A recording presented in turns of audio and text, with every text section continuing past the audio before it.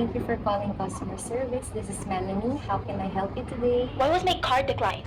I pay my balance on time and I get this? I'm sorry to hear about your experience and for the inconvenience that it has caused you. I am here to help. May I have your account number and name, please? I was at the shop and it declined. It was so embarrassing. Is there anything else that I can assist you with? No, none. If that's the case, thank you for calling. Have a good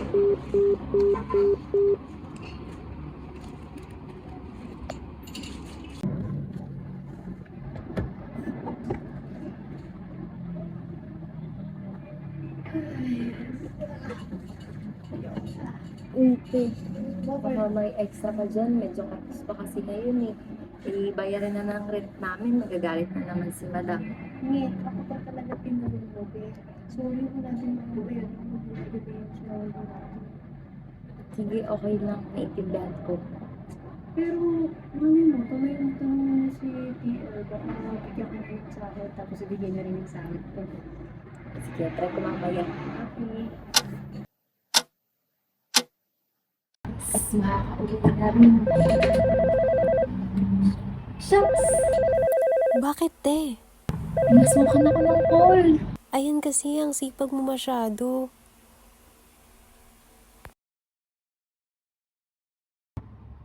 Hello, this is Melanie. How may I help you today?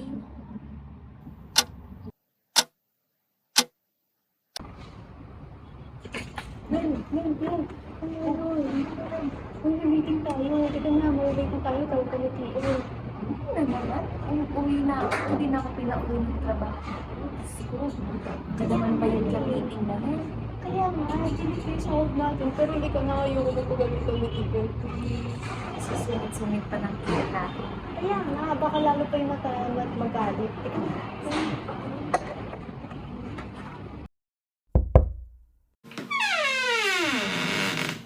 Late kayong dalawa.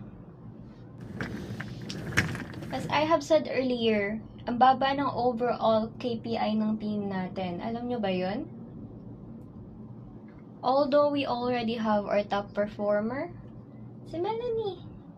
Bakit hindi kayo tumulad sa kanya? Magaling sa trabaho. Perfect attendance.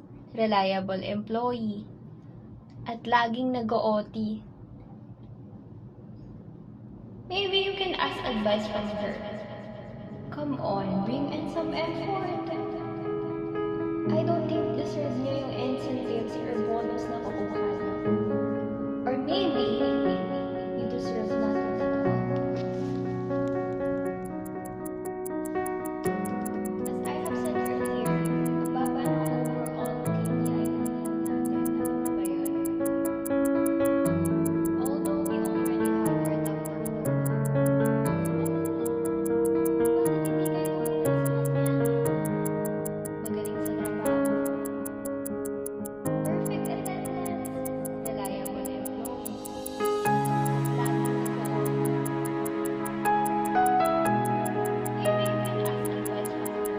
Come on, bring in some effort. Uy, be, kain muna tayo. Ako nagkakad lang ako. Kain na tayo. Uy, tingnan nyo to. Bakit? Hiring na naman sila. Hindi. Alam mo, ang dami-dami kasi umaalis siya, kaya hiring palagi. Obvious pa. Kaya, syempre, hindi talaga magtatagal yung mga tao dyan. Ang pangit-pangit na trato nila sa mga empleyado nila. Di lang yun ang hirap-hirap pa makakuha ng merit pay. Ayun, yun nakukuha as reward sa mga empleyado nila ng magagaling based on performance. Alam mo, tama ka dyan.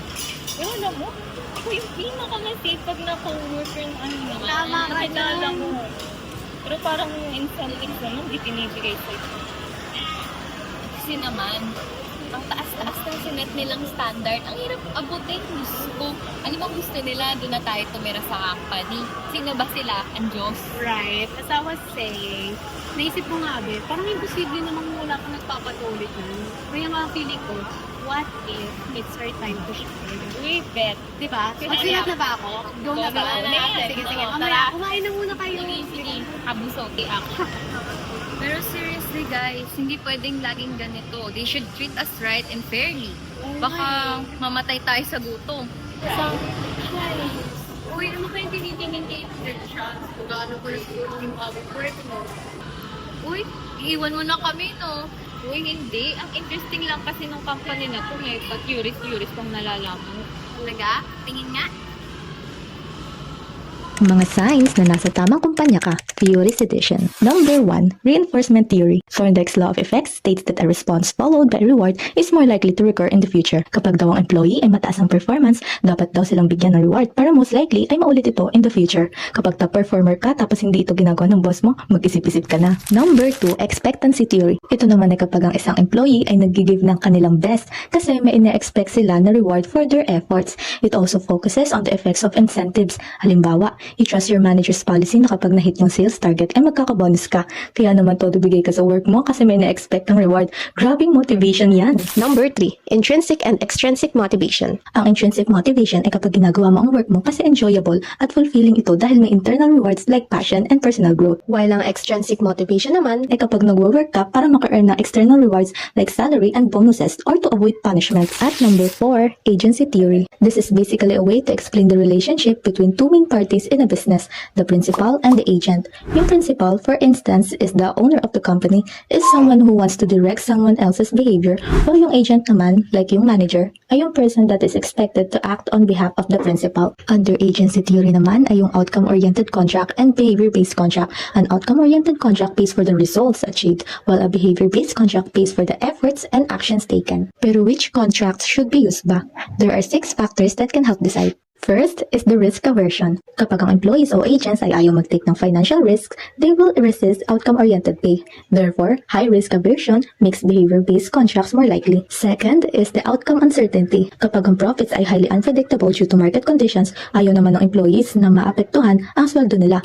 High uncertainty makes them prefer behavior-based contracts. Third is job programmability. If a job is highly routine and automated, it is easy to monitor behavior. If a job is non-routine and complex, monitoring is hard, making outcome-oriented contracts more likely. Fourth is measurable job outcomes. Kapag measurable ang results ng isang trabaho, it is likely to use an outcome-oriented contract. Fifth is the ability to pay. Because outcome-oriented contracts require paying a risk premium, a company must have the financial ability to afford these higher compensation costs. Last is tradition. Custom and history matter. If an industry has always used commissions or has always used flat salaries, companies usually stick to that tradition. Kaya kapag hindi ginagawa ang mga theories na ito sa work nyo, ilipat ka na.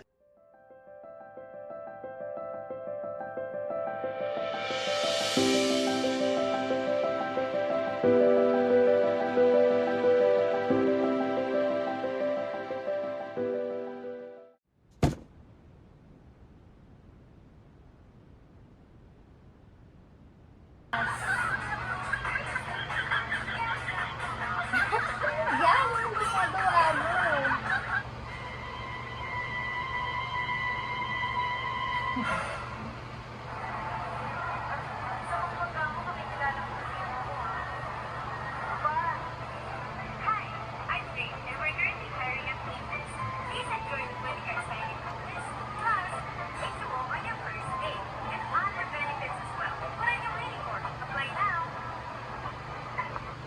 Uy, parang maganda din ah.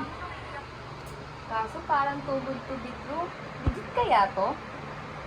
Ang mukha naman siyang legit. Saan ko nga sa kanila?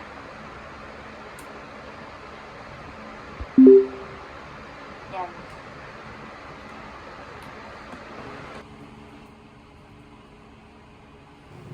Kahit 5 months pa lang ako dito, parang araw-araw naman akong pagod. 1 month na lang sana, regular na ako. Pero parang hindi naman worth it magstay. Try ko kaya mag-apply dito.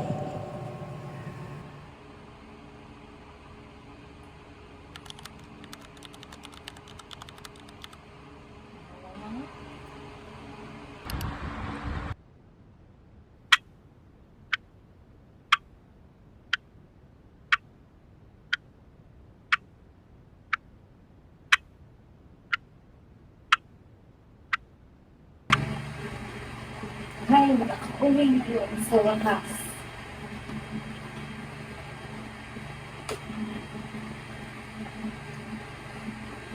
Inis Sana meron na. Sana meron na.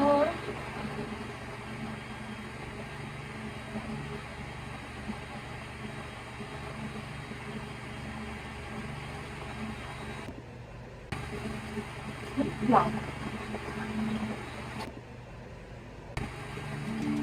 Ito ba yan? Oh, hindi! Nakapasa ako! Nakapasa ako!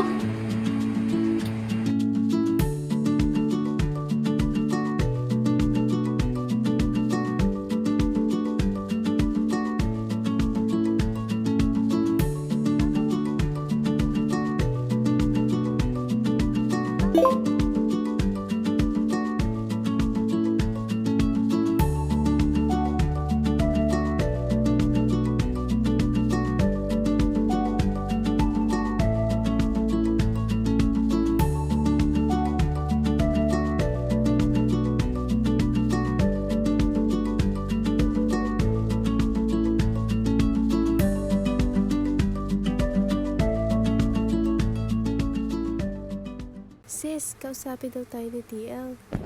Thank you for all your hard work. Dahil sa productivity ninyong lahat, nag-improve yung KPI natin and yung growth ng whole company. In fact, dahil dyan tumaas ang positive reviews natin online and customer satisfaction. I'm proud of all of you.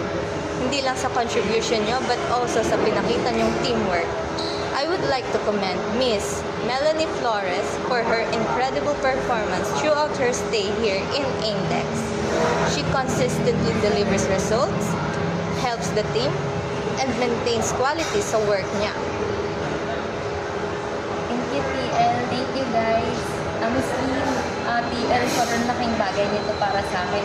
Dati sa dati kong kumpanya, sobrang nakaka-drain, tsaka remotivated dun. Tsaka yung mga incentives or bonus as compensation, sobrang hirap talaga nilang makuha kahit na maayos ka namang nagtatrabaho.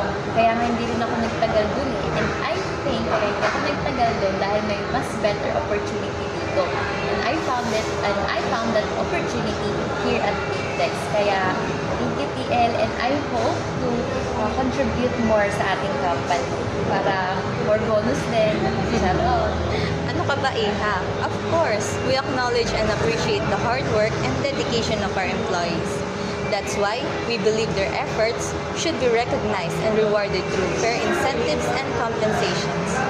We care for our people because our people are what make our company.